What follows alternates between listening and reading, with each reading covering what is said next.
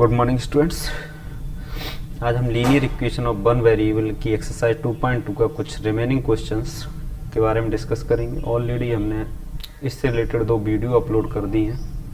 आप लोग उनको वीडियो को अच्छे से देखेंगे। उसके बाद जो क्वेश्चन बचे हुए हैं उन क्वेश्चनों को मैंने इस एक्सरसाइज के बचे हुए क्वेश्चनों को इस वीडियो में मेंशन किया है। किस तरीके से हम क्वेश्चनों से पहले लीनियर इक्वेशन बनाते हैं, फिर हम किस तरीके से उस लीनियर इक्वेशन को सॉल्व करते हैं, ये सारा हमें इस वीडियो में हमने इस एक्सरसाइज के कुछ क्वेश्चनों के माध्यम से आपको बताया है। तो देखिए, पहला क्वेश्चन बहुत अच्छा है, बहुत इंपॉर्टेंट क्वेश्चन दिया है। Baichung's father is 26 year younger than Baichung's grandfather. जो वाइचुंग्स के पिताजी हैं वो 26 ईयर अपने उसके जो वाइचुंग उसके ग्रैंडफादर से कितने कम है, 26 ईयर, और 29 ईयर ओल्डर देन वाइचुंग, और वाइचुंग से कितने बड़े हैं, 29 ईयर। और अगर उन तीनों की कौन कौन है, वाइचुंग है,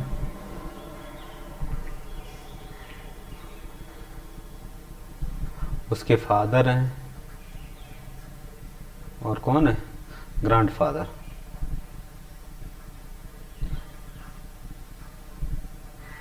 ये 3 लोग हैं और तीनों लोगों की एज का सम कितना है, 135 ईयर।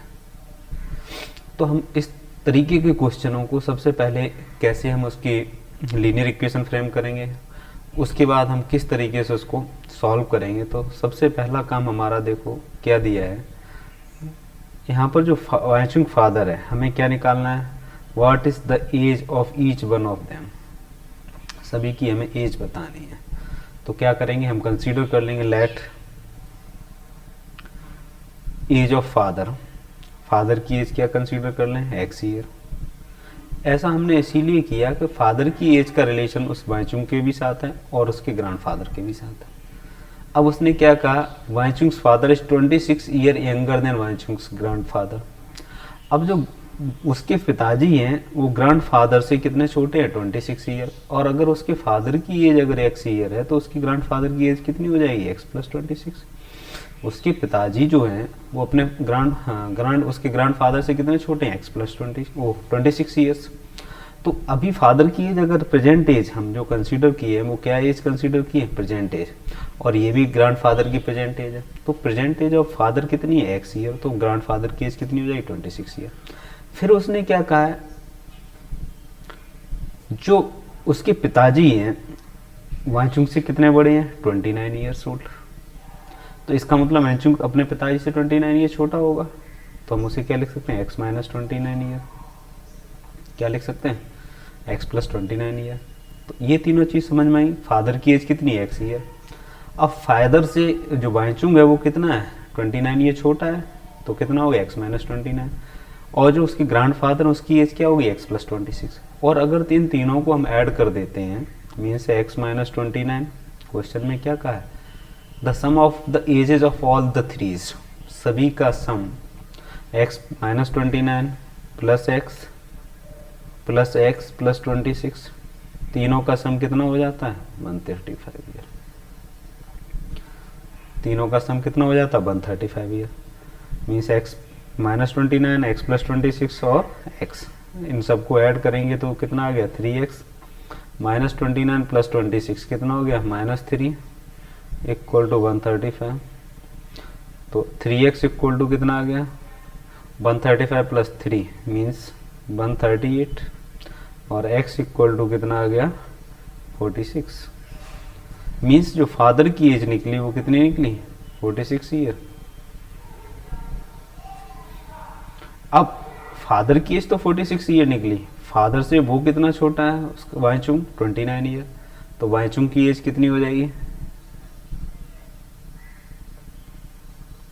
मीन्स 46 - 29, और 46 - 29 मीन्स कितना ईयर हो गया, 46 में से 29 को माइनस करेंगे तो कितने साल का हो गया उसका, वाइचुंग की एज क्या हो गई, देखो 7, 16 - 9 कितना हो गया, 7, और यहाँ कितना हुआ, 3, 17 ईयर। वाइचुंग की एज क्या हो गई, 17 ईयर।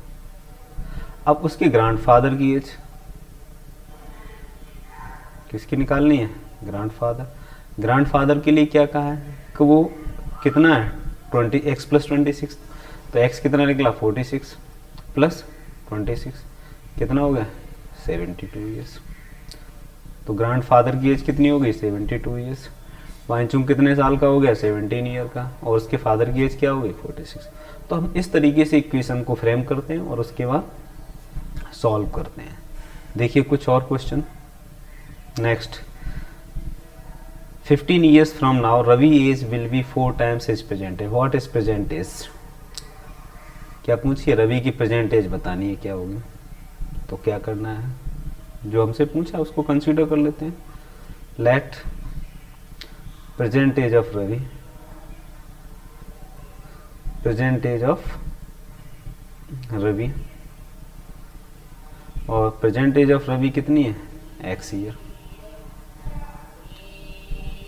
क्वेश्चन में क्या कहा? 15 ईयर फ्रॉम नाउ मीन्स 15 साल के बाद।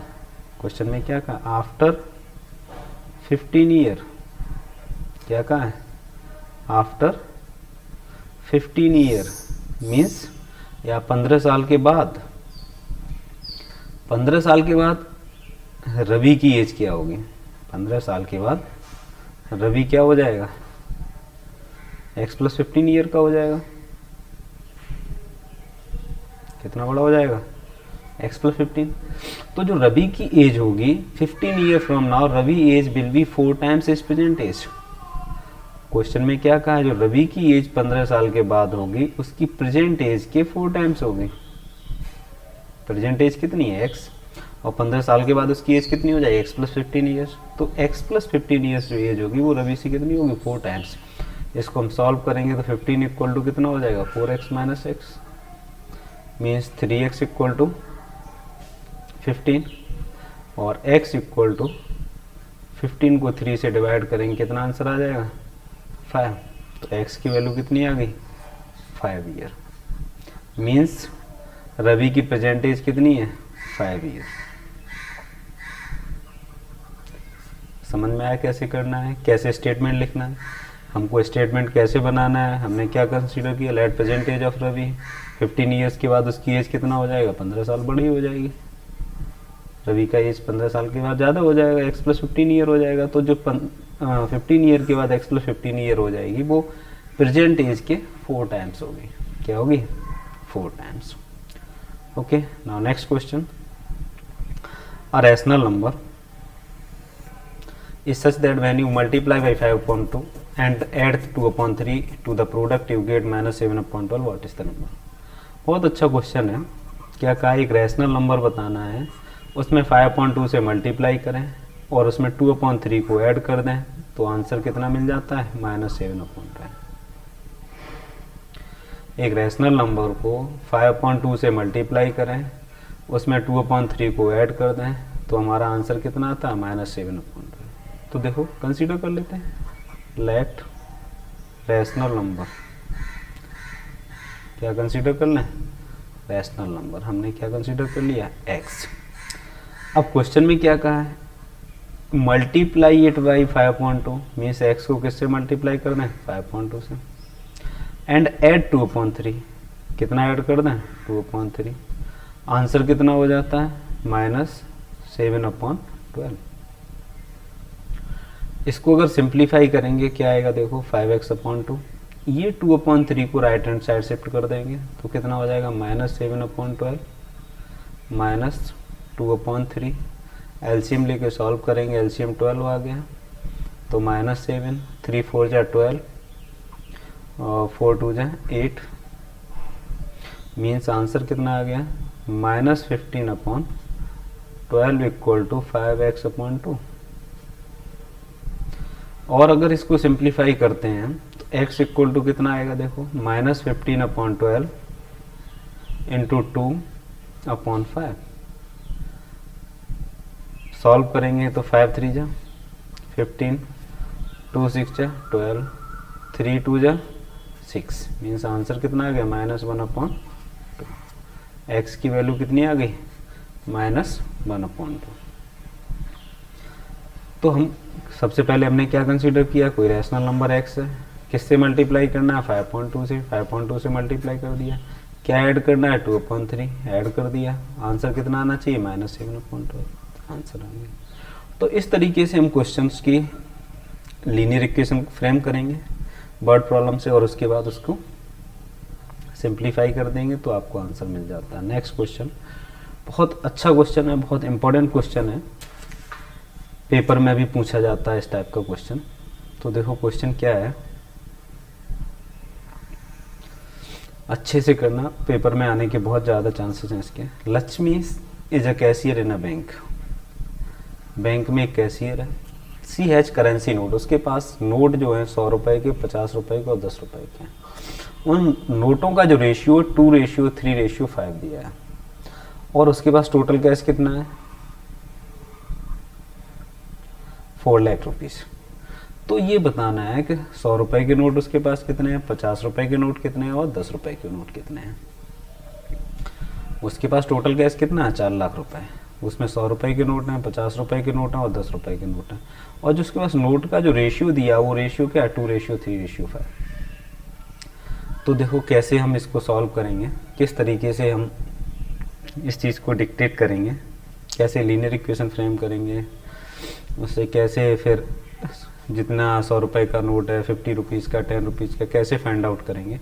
तो जो हमारा रेशियो दिया है ना, तो हम यहाँ से क्या कंसीडर करते हैं, लेट 100 रुपीज़ नोट, क्या कंसीडर करेंगे 100 रुपीज़ नोट्स। 100 के कितने नोट हो जाएंगे, वो कितने हो जाएंगे, देखो 2x। अब 50 रुपीज़ के कितने नोट्स हो जाएंगे 3x और 10 रुपीज़ के कितने नोट्स हो जाएंगे 5x। जो हमारा रेशियो दिया अगर हम इसमें x से मल्टीप्लाई कर दें तो आपको सारे नोट मिल जाएंगे। अब ये नोट तो मिल गए लेकिन आपके पास क्या है, कैश है टोटल। तो कैश के लिए देखो 100 रुपए के अगर आपके पास 2x नोट हैं तो आपके पास टोटल रुपए कितने, एक फॉर एग्जांपल अगर 100 रुपए के आपके पास 2 नोट हैं तो कितने रुपए हैं, 100 × 2 कर दोगे और 200 हो जाएगा। ऐसे ही अगर 100 रुपए के 2x नोट हैं तो तुम्हारे पास टोटल मनी कितना है, टोटल मनी अभी यहाँ पर आपको दिया है, टोटल कैश कितना दिया है 4 लाख रुपीज़। और ये कैश 100 रुपए के नोट हैं तो 100 रुपए के कितने रुपए हो गए 2x, 100 × 2x। ऐसे 50 रुपीज़ का कितना हो गया 50 × 3x। ऐसे 10 का कितना हो गया 10 × 5x। और इन सबको अगर हम ऐड कर देंगे तो कितना आ जाएगा 4 लाख रुपीज़। इनको सॉल्व करेंगे तो 100 × 2 कितना हो गया 200x plus 150x plus 50x equal to 4 lakh.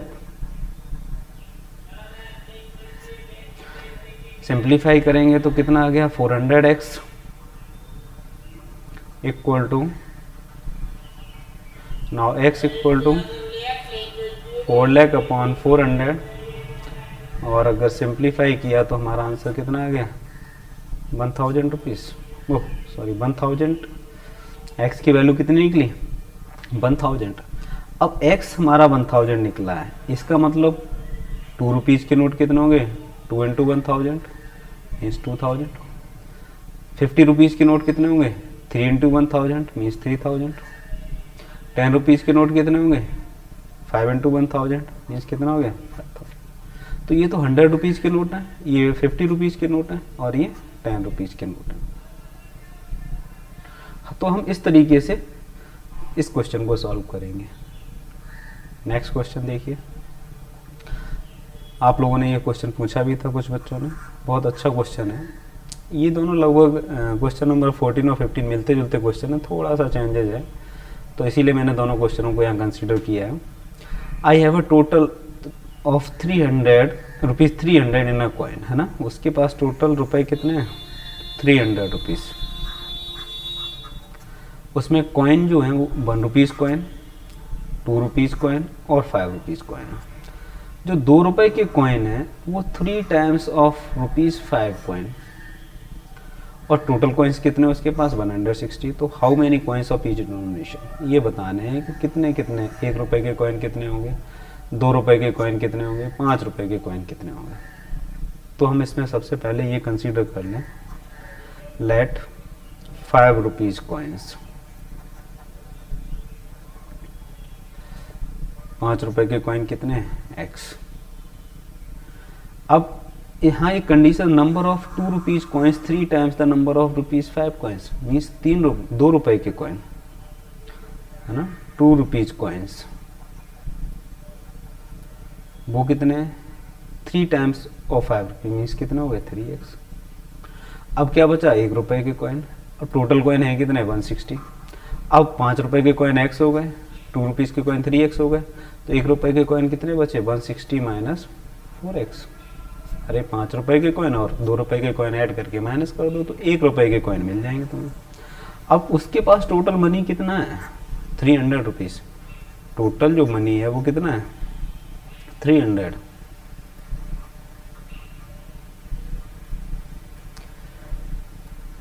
तो 5 रुपये के कॉइन को हम क्या कर दें 5x हो जाएगा, 2 रुपीज़ के कॉइन को क्या कर दें 2 इंटू 3x हो जाएगा, और 1 रुपीज़ के कॉइन को क्या कर दें 1 इंटू 160 माइनस 4x, और इन सबको ऐड करेंगे तो कितना आना चाहिए 300 रुपीज़। और सबको ऐड करना है ना, सिंप्लीफाई किया देखो क्या आ गया 5x plus 6x plus 160 minus 4x equal to 300, और सिंप्लीफाई करेंगे तो कितना आ जाएगा 7x equal to 300 minus 160 means equal to 140, और x इक्वल टू 140 अपॉन 7 कितना आ गया, x की वैल्यू जो निकली वो क्या निकली 20। इसका मतलब 5 रुपये के जो कॉइन है वो कितने हैं 20, 2 रुपये के कॉइन कितने हो गए 60, और जो बचे हुए 1 रुपीज़ के कॉइन कितने हो गए 80, क्योंकि टोटल कॉइन है यहाँ पर रखेंगे वैल्यू, x की वैल्यू 20 रखेंगे तो 20 इंटू 20 इंटू 4 करेंगे तो 80, और 160 माइनस 80 कितना होता है 80। तो 1 रुपये के कॉइन कितने हो गए 80, 2 रुपीज़ के कॉइन कितने हो गए 60, और 5 रुपीज़ कॉइन कितने हो गए 20। तो हम इस तरीके से इस क्वेश्चन को सॉल्व कर लेते हैं। Okay, now last question of this exercise, the organizer of an essay competition decide that a winner in the competition get a prize of ₹100। Question में ये कहा है कि एक ऐसे कंपटीशन ऑर्गेनाइज कराता है तो जो जीतता है उसको 100 रुपये दिए जाते हैं, और जो नहीं जीतता है उसको कितना दिया जाता है 25। मतलब अगर पार्टिसिपेट किया तो तुम्हें 25 रुपीज़, और वो ऑर्गेनाइजर कमेटी टोटल कितना मनी डिस्ट्रीब्यूट करती है 3000, उसमें टोटल पार्टिसिपेंट कितने थे 63। तो ये बताओ कितना लोग है ना, total number of participant, find the number of winners, कितने लोग ने प्राइज जीता। तो देखो कैसे क्वेश्चन सॉल्व करेंगे इस क्वेश्चन को, लेट विनर्स, विनर्स कितने हैं x। अब जब विनर x है तो लूजर कितने लोग नहीं विन किए वो कितने हो जाएंगे 63 माइनस x। अब जो जीते उनको कितना रुपया दिया गया 100x। अरे एक को 100 रुपीज़ दिए जा रहे हैं तो कितने लोग हैं विनर x, तो टोटल मनी कितना हो गया 100x। और जो हारे तो रुपया तो उनको भी दिया गया, कितना दिया गया 25, तो 63 माइनस x।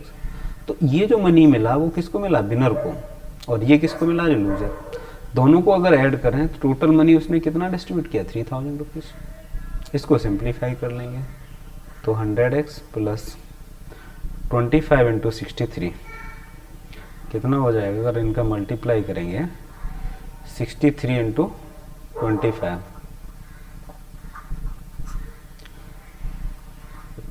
25 इंटू 3 75, 157 है ना, मीन्स 1575 कितना आ जाएगा 1575 minus 25x equal to 3000।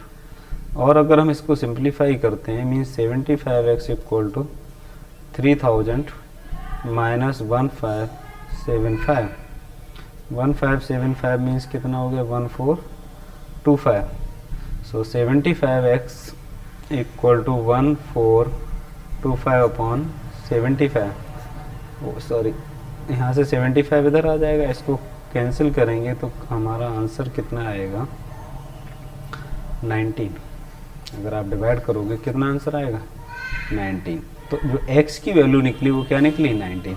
It means हमने x क्या कंसीडर किया था, जो विनर थे, और 63 में से अगर 19 को माइनस कर देंगे तो वो वैल्यू आ जाएगी जो लूजर है। तो इस एक्सरसाइज में हमने ये सिखाया है कि हम किस तरीके से वर्ड प्रॉब्लम दिया होगा तो उससे हम कैसे लीनियर इक्वेशन फ्रेम करेंगे, और जब हमारी लीनियर इक्वेशन फ्रेम हो जाएगी तो हम उसको किस तरीके से सॉल्व करते हैं। तो ये बहुत इंपॉर्टेंट एक्सरसाइज है। आपके एक्सरसाइज के क्वेश्चंस हमने यहाँ मोस्टली सारे क्वेश्चन को कंसीडर किया है, जिसमें प्रॉब्लम है। उसके बाद भी अगर आपको नहीं समझ में आता तो हम आपका एक डाउट सेशन रखेंगे, आप उसमें क्वेश्चन पूछ सकते हैं, और इस वीडियो को अच्छे से आप लोग देखेंगे, फिर जो प्रॉब्लम आएगी वो हम डिस्कस कर लेंगे। धन्यवाद।